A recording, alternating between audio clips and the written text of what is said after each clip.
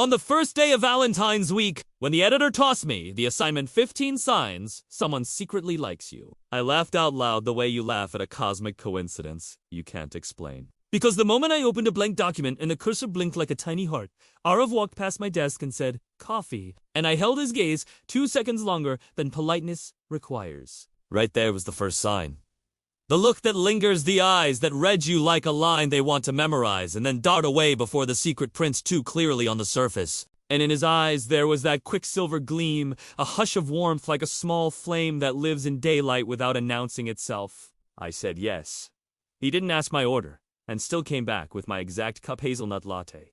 Low sugar. Extra warm milk and the old Ghazal, Ranjish Hisahi, spilled softly from his phone speaker, until it seemed to lace the newsroom. Clatter into something low and tender, which is the second sign. They remember the tiny things you said once. The details you consider throwaway. The rainy day when I mentioned I like to sit by a window with hot coffee and old ghazals, the offhand confession that hazelnut makes the world feel a shade kinder. And they tuck those scraps into a private pocket, where they ripen into gestures. I came back to my desk and reached for my chair. He reached too, and the way I slide my notebook from left to right is exactly how he nudged his mouse, a slow echo. That's the third sign. Mirroring the unplanned choreography of your body, language showing up in their gestures. The wrist stretch, the lean, the little syllables of posture that rhyme with yours. And I caught myself thinking if I yawn now, he might yawn too. But I kept my composure. Still, he stretched his wrist, just like me. And we looked away from our screens in the same breath and met each other. Glanced head-on and burst into a small, shared laugh. "Coincidence!" he said, and with that word his fingers began twirling a paperclip in a nervous orbit. Fourth sign. The tiny fidgets when they near you. Not anxiety exactly, more like a sparrow startled within the heart's birdhouse. A bright, restless energy that hunts for something to tether it, so the voice can pretend to be calm. He said, "By the way, your feature yesterday was insane," in that casual tone that tries to sound like weather talk and fails, because there's bright weather in it. And while I said thanks and put my fingers back on the keys, the tab open on my screen flashed.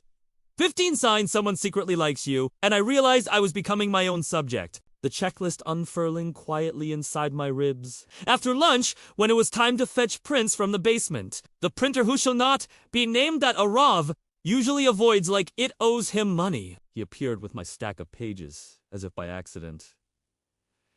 I was heading there anyway. He shrugged. Even though I'd just seen him walking in the opposite direction, and that was the fifth sign. They reroute their day to orbit yours, inventing mild reasons to linger, recalculating their map with you as the new north without raising the suspicion of a traffic cop. I thanked him. Said he'd save me time. He did that half shrug that translates to anything for you in a language only the two of you seem to understand. And then he dropped a meme on Teams, cat sprawled over a keyboard, captioned, "You writing this article?" And before my LOL could blink into existence, he typed, "By the way, have you eaten?" Which is the sixth sign.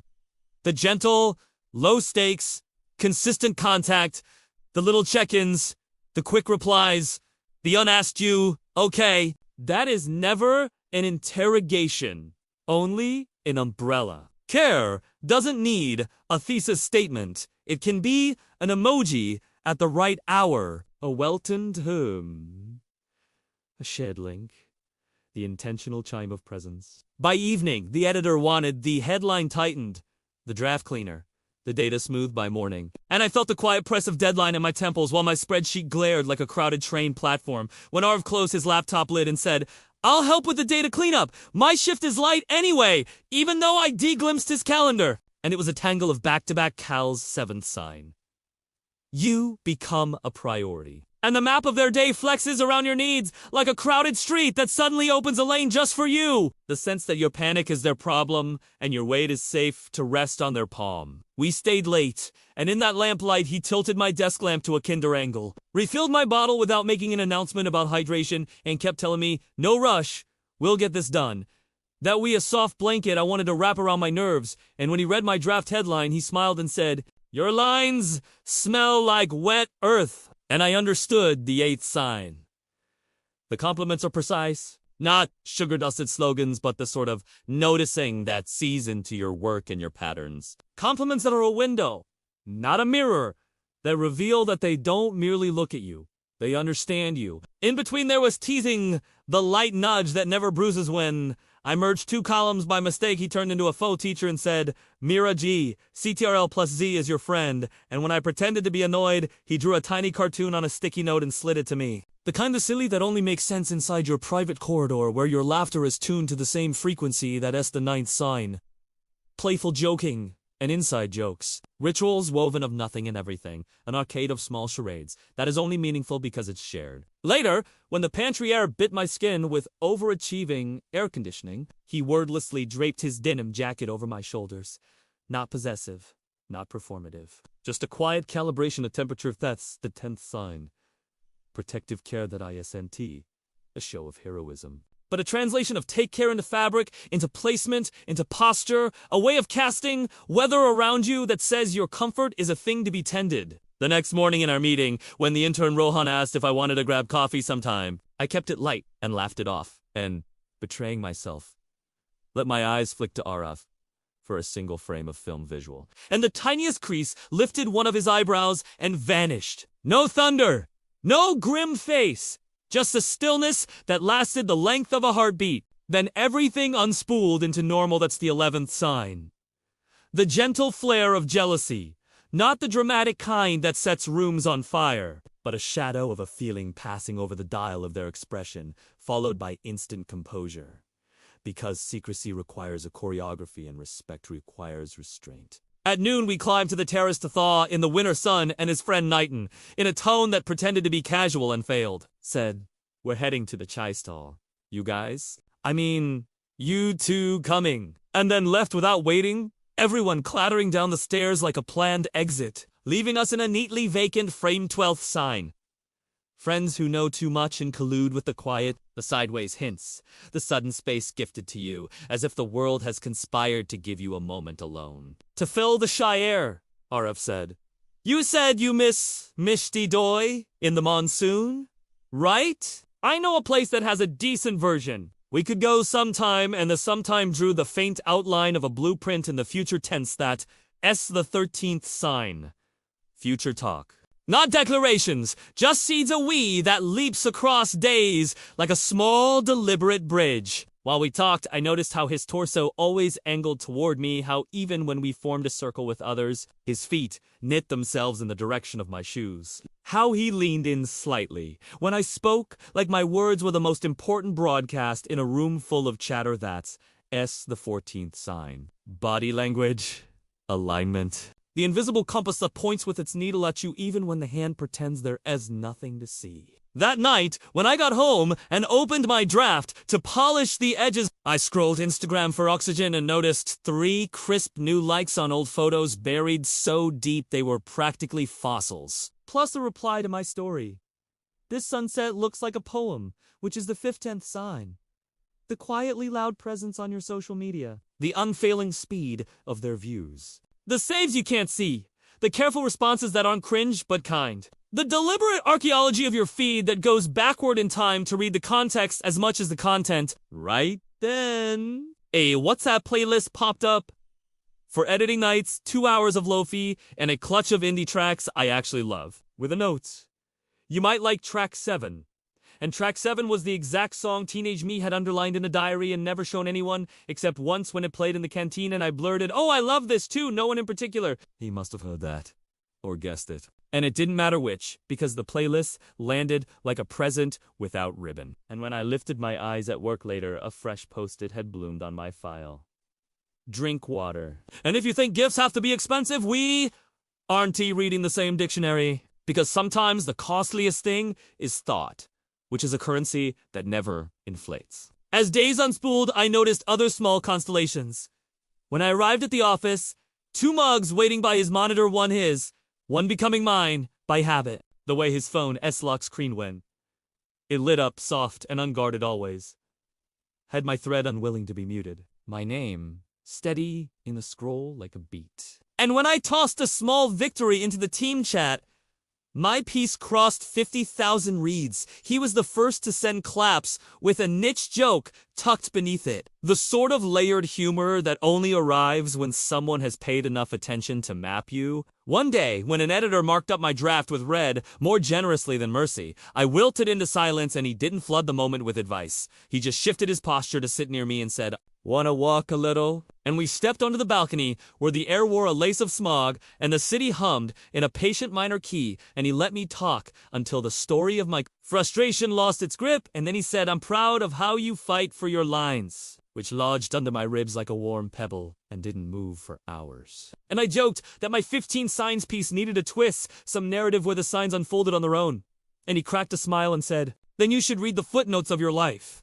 And I looked at him and noticed how the sunlight had polished the ends of his hair into gold. And I started to suspect that perhaps my footnotes weren't notes at all, but hidden chapters. One rainy evening, he fit himself under my umbrella without dramatics, steering just enough that my shoelaces didn't sink into puddles. And when the auto driver at the gate tried to sell me a fare that felt like an opera ticket, he didn't puff up, he didn't bark.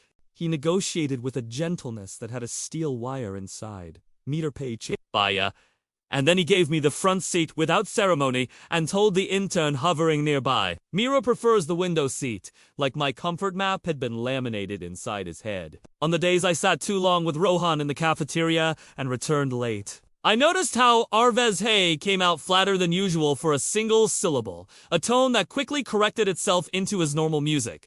And when I asked if he was okay, he twisted his bottle cap a shade too fast and said he felt feverish. And by evening, his jokes were back in place like magnets that had found their poles. And I saw that the jealousy, if that's the right word, didn't grow teeth. It just swept through like a cloud and kept walking. His friends kept playing their parts in the comedy of Hints Night and asked about cricket tickets loudly enough for me to hear. "Who are you taking?" With a half smile that refused to pick a direction until it glanced off my face. And when my mother asked on the phone how work was going, I said, "Interesting, because how do you describe a newsroom that had turned into an ecosystem of tiny weather changes in which someone's attention softened the light on your desk?" On deadline day, I shaped the intro carefully, writing how sometimes signs live in the corner of the eye and disappear when you look straight at them the way constellations vanish from direct gaze. And right when my finger hovered over publish, a brown paper bag landed on my desk like a shy pigeon. "Not a big deal," Arif said, which in his language of half denial means it mattered to me. And inside was a small notebook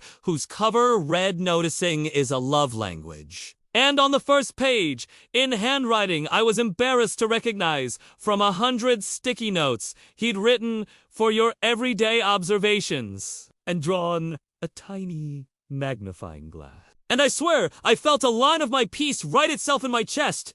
The biggest sign might be the smallest things: the jacket, the playlist, the post-it, the way they edit your day so it hurts less, which can look like the 5/10 sign, S cousins, or maybe they're its synonyms. But either way, they belong to the family of proof. I looked at him and teased, because the only way not to float away was to anchor the boat. "So do you secretly like someone?" And he sipped water, replaced the cap slowly, as if there were a right speed for truth, and asked, "What do you think?" And I said, "I think if I made a list, you'd be 15 for 15. And he smiled, moved a fraction closer so only I could hear, and said, "Good to know. The editor approves." And we both stamped that line like an editorial markup that doesn't rewrite anything but gives permission to the paragraph to be itself. There wasn't confetti. The ceiling didn't crack. There was just a quiet brightness that settled around us like dust and sunbeams, which might be the purest sign of all that. Even when the secret is understood, it doesn't need to be shouted to exist. It can keep its soft fog of glow and still change the weather of a room. That night, I stood on my balcony with the city breathing below and the air tasting faintly of rain. Read his text. "Do you want to try the new cafe's cinnamon rolls? Tomorrow at 6. And my fingers said yes before my head finished considering, which is to say, the body often knows what the mind is still drafting. And when I went back to my piece, I pasted my own memories between the signs. Glued my life in the margins so that the article read less like advice and more like a map happily smudged by use, and I ended with a line that felt honest. "When you secretly like someone, place the delicacy of your attention in the small corners of their day. Look that lingers a detail. Remember a joke that proves you were listening. A jacket cast like a warm spell. A playlist that recognizes their teenage heart. A soft sentence about a future moment because the rest will write itself. And maybe that's the real story of these 15 signs. Not a checklist, but a slow recognition. Not a headline, but the footnotes that add up. Letting yourself be known inside someone else's noticing, or letting someone else live quietly and carefully inside yours.